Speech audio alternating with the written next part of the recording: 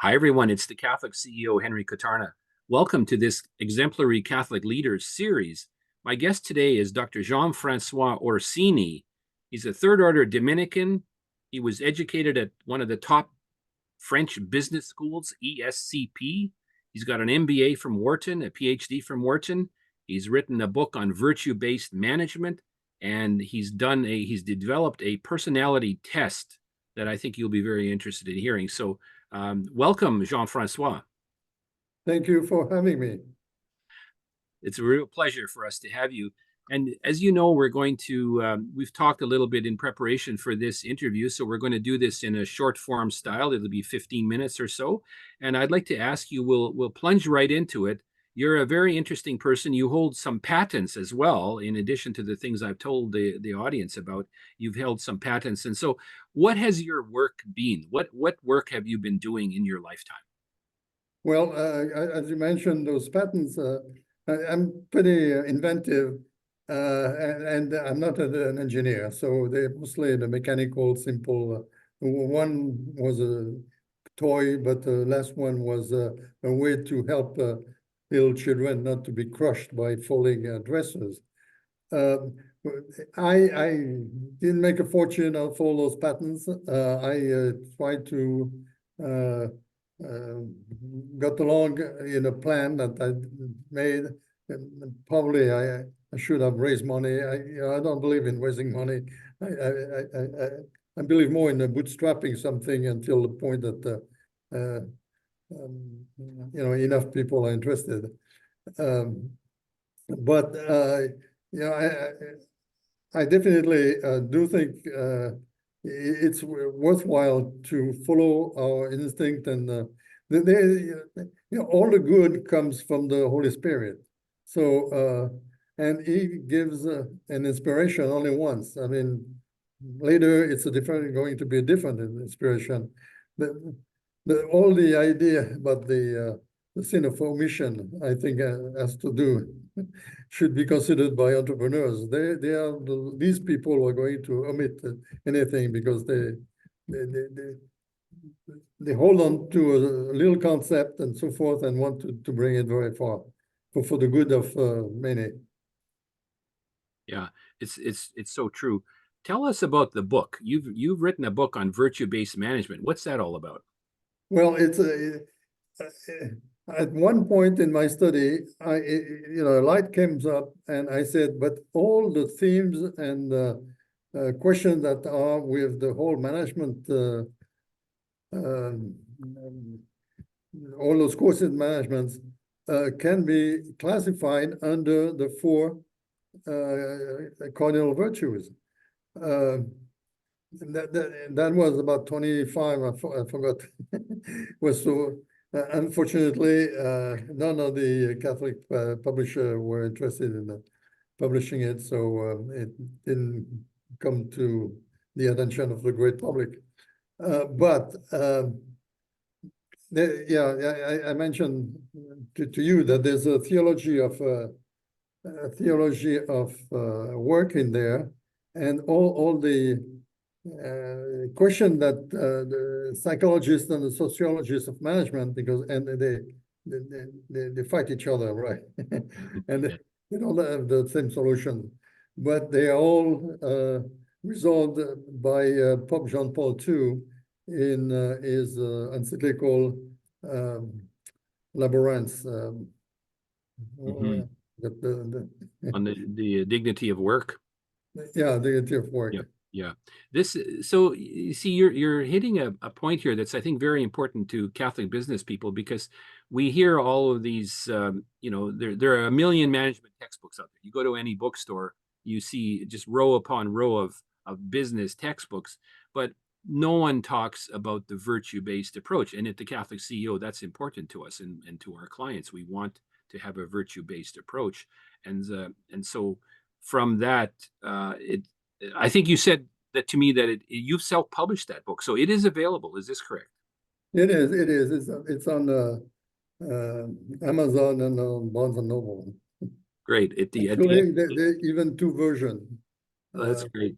we're going to at the end of the we'll make sure that we put it into the show notes, but we'll add the information about that. And so the lessons that you've learned from the virtue-based management, what caused you to write the book, and what did you see, and what are the lessons for us as business people? Well, the lessons is, you know, I don't really want to knock too much management as a scholarly endeavor. But first, why is that the whole field is called organization behavior? I mean, that's a name, classical name. Yes, it is. In Yeah. other words, the emphasis is on organization, while it should be something about the human person at work. You know, come back to the granular level of what's really going on.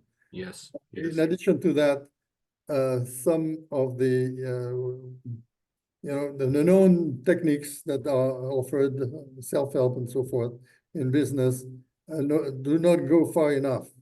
In other words, communication. You know, in business, you don't communicate to educate people. You communicate to tell them what they want. You want them to do, and no more. But they're on their side. The first thing they think is that what's in it for me, and that way you have to explain that you know it's worthwhile for you. In other words, you have to show a spirit of justice. I'm not going to take advantage of that person. I'm going to say, you know, it's part of the job. It may be improved job and so forth with its new information. You'll do well. You etc. But think justice. Don't think communication. Yeah. Yeah, you're speaking to the. I think we're all convinced that this approach, virtue-based approach, excelling in the virtues, is the answer to the troubles of business. Now, we have to be smart business people, and we have to do well, have a good product, a good service, you know, and offer it at a fair price. All of these things that we would believe in, but to actually come at it from the perspective of virtue, there's a lot of people that Catholic audience that wants to have that. One aspect of it that you and I spoke about earlier was the personality test, and I noticed that a lot of people that come to us at the Catholic CEO, they're involved in conflict, or they have employees that are in conflict, or they don't understand the different leadership traits and assessments that you know, and they look around and they can find all sorts of assessment tools online, but they're also, I would call them, and I'm showing respect to them, secular. They're not based on a spiritual or a Catholic-based approach. But I think your test does. So can you tell us about the test that you've developed? Well, the test is about the four cardinal virtue: prudence, courage, justice, and temperance.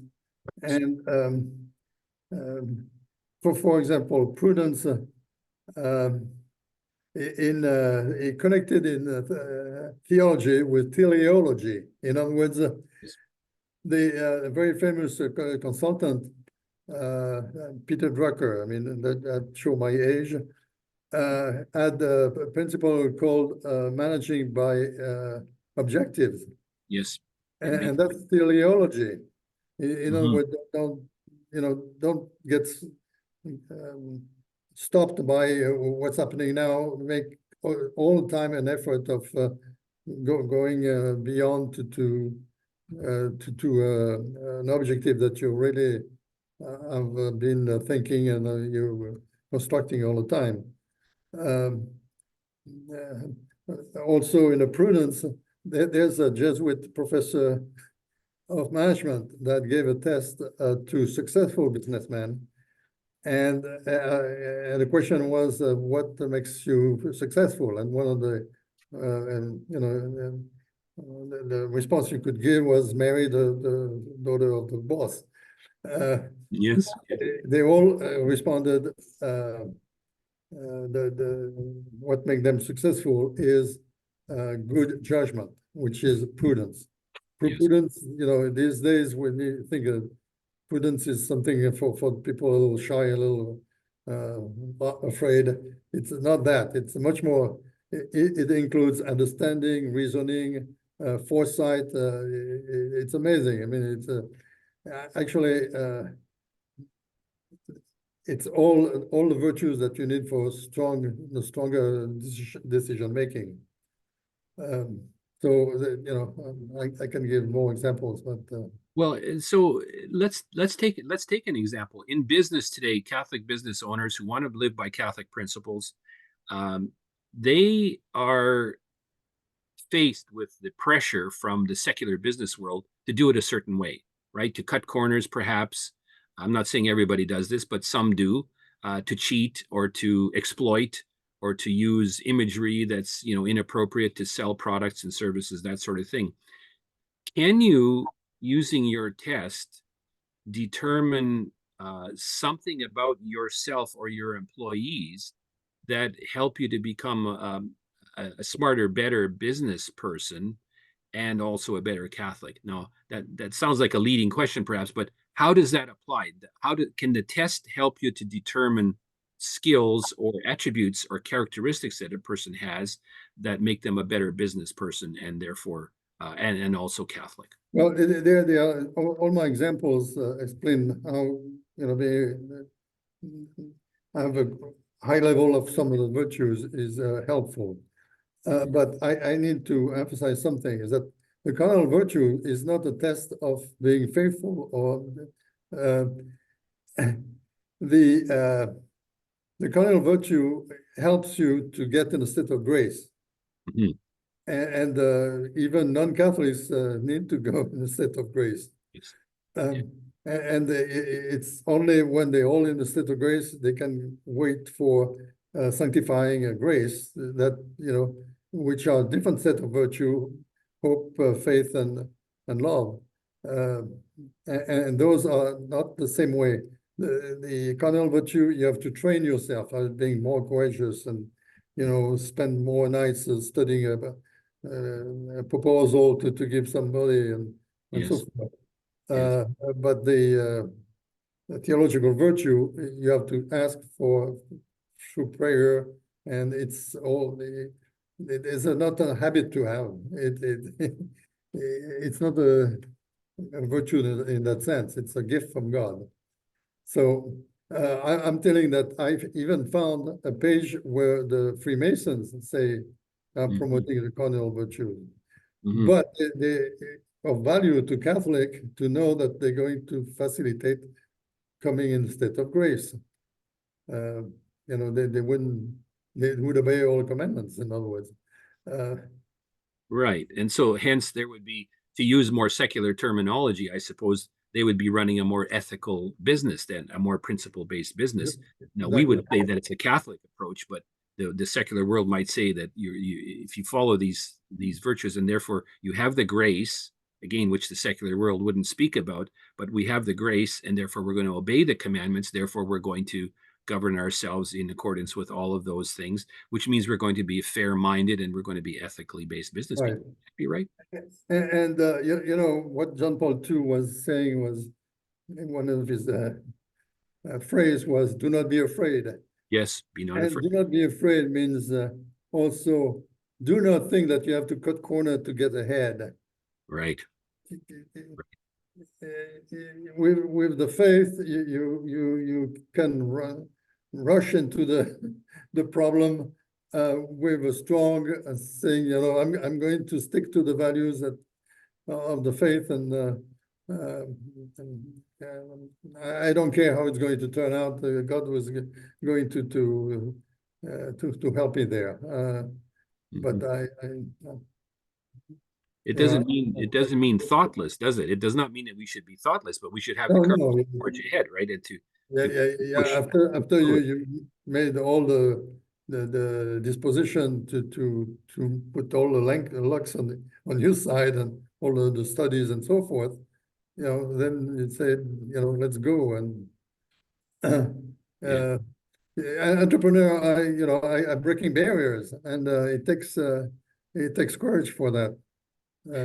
Yes, it does. Inc. magazine was saying that the number one attitude state of mind of entrepreneur is fear of not having the money to pay for the next The payroll, paycheck yeah. of the employees. Mhm. And don't have a fear. I mean, if you know you're going to somewhere and you really think that's a business you want to get in, and you think it's worthwhile, go to sleep and don't worry about it. Sleep peacefully. So let's talk then about Jean-François, about some advice you might have. Let's say we're talking about Catholic business owners, small business, large business, somebody considering a startup. They want to live a virtue-based approach. They want to apply virtue-based management. What advice would you give somebody? Let's say a startup. Let's talk about an early stage company. What would you say to them? How do you do this? Well, you have to. It would be helpful to take the test and see what the virtues Take the do, test. Good. Yes. and then believe that the virtue, it's not a flag that you're going to wave and so forth, and miracles are going to happen. You have to really have a sense of all the very particulars of all the virtues applied to your business are going to make you succeed with the grace of God. And don't and then go with it. Mm-hmm. What about let's take another situation, a more mature business. Let's say they've gone through the startup, the vicissitudes of the startup, the challenges and so on, and they are running a mature business, and maybe it's time to expand that business or to a new market, a new geography, maybe new product lines, or maybe even to exit. Um, the team might be more mature, might be more, high level. There might be, high level of professional credentials, and maybe they're high paid people. How would the test help the leader of the business? I think it would, but how would the test help the leader determine actions to take with respect to creating a more harmonious, or team alignment? Well, we're in a position where the business has well stated, is beginning to position itself. And I think that for the founder and CEO, or the C-class people, then the challenge is about the humility. And humility is Mhm. applied by not believing it's your baby. It's Mhm. Yes. something that God helped you to do, and trust. Get good people under you, and employees, and trust them, and treat them well, but never say, that's my baby, and don't touch it. I decided that little detail, and I wanted to be there all the time. Right. The micromanagement problem is really a problem of pride, I suppose, then, right? Exactly. Yeah. Yeah. And so if that's, in the course of your, you've got a doctorate and an MBA from Wharton School, your sense of what the prescription is for the business world today. Let's say in the United States today, Canada, the Western world, what do we lack in business? What should we be aspiring to as Catholic business owners in the way the world is working today? Well, I have a problem with capitalism. Capitalism is nothing. Uh, what we see as capitalism is something very um, natural. In other Hmm. words, I see Saint Joseph not as a worker, a lot of, but as a small businessman. Apparently, Yeah. he had no Yeah. employee, and he had no boss. Yeah. Therefore, he made a lot of decisions that was small businessman, with supplies and getting paid and so forth. Yeah. Uh, so we have to think that's possible. Yeah, I love that analogy. I've written in one of my daily emails probably a year ago. I called St. Joseph a general contractor, and he faced all the problems of supply Yeah. chain, and tools, and customers, perhaps payment issues, and quality of work. He did. He would have faced all of these things. So I love Yeah. your example. Oh, and again from Peter Drucker, a phrase that he said, profits is not an objective. You know, that's the problem with Boeing. They went all crazy because they were putting profit as the objective and started cutting corners and cutting safety and so forth. He said profit is um, is a restraint, is a you see my 76 years old brain at work or not at work. It's something that you have to do to continue, and Yes. therefore, what you know, it's not the number one objective, and all the other idea of growing the value of your stocks on Wall Street is completely because it's a short term. Those are short. Yes, I see your point, and it reminds me my The paternal constraint, grandfather. it's That's right. profit, the constraint. I That's right. think It's a it's a very constraint. important word. The example that comes to mind in my family is my paternal grandfather used to say to us that, and he started a family business where his sons were involved, and now later at my generation, the grandchildren are involved in the business, um, real estate investing. But the lesson was that his purpose in forming the family business was not to create wealth; it was to keep the family together. It was about family unity in the Catholic sense. But the byproduct of it was people have assets now and they have some wealth, and but that was not the objective. So I like your point about profit is it's a poor measure of success. It's one by the which the conventional world speaks, I think, but the Catholic who's wanting to practice virtue-based management, that's not going to be the number one thing. It's going to be perhaps the satisfaction of the customer, the excellence of the product, the careers and the life, the employment and the income for the workers, that sort of thing. That if I'm reading you correctly, what do you think? Is that the right conclusion? Yeah, have you seen the Italian producer of those chocolate thing? Yes.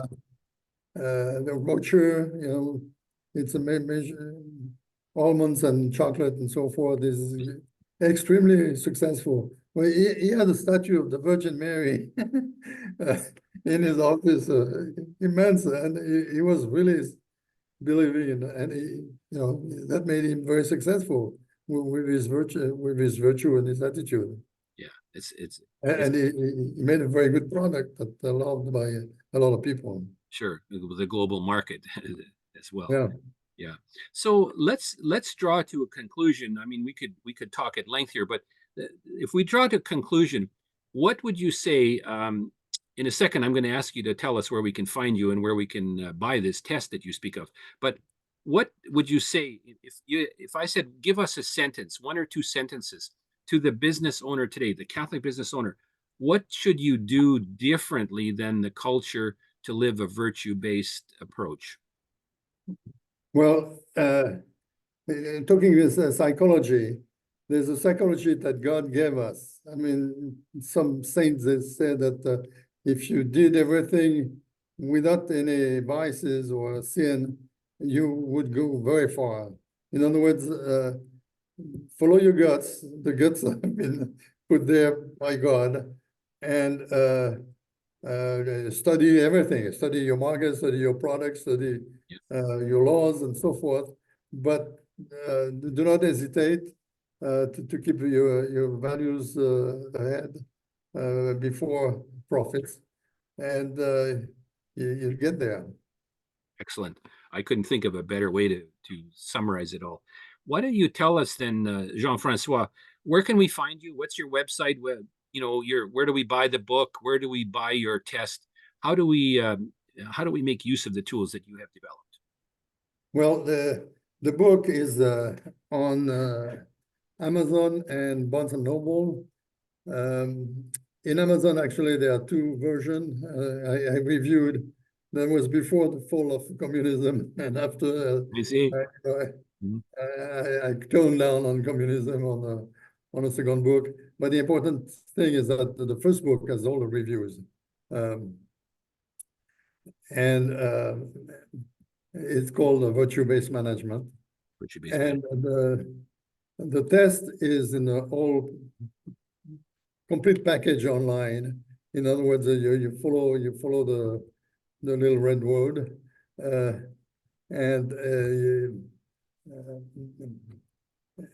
it leads you pay. It leads you to the test, and I get the email back with the numbers, and I score them, and I send a report. And Excellent. Excellent. What is the website address? Do you have that? well, the website is the Go.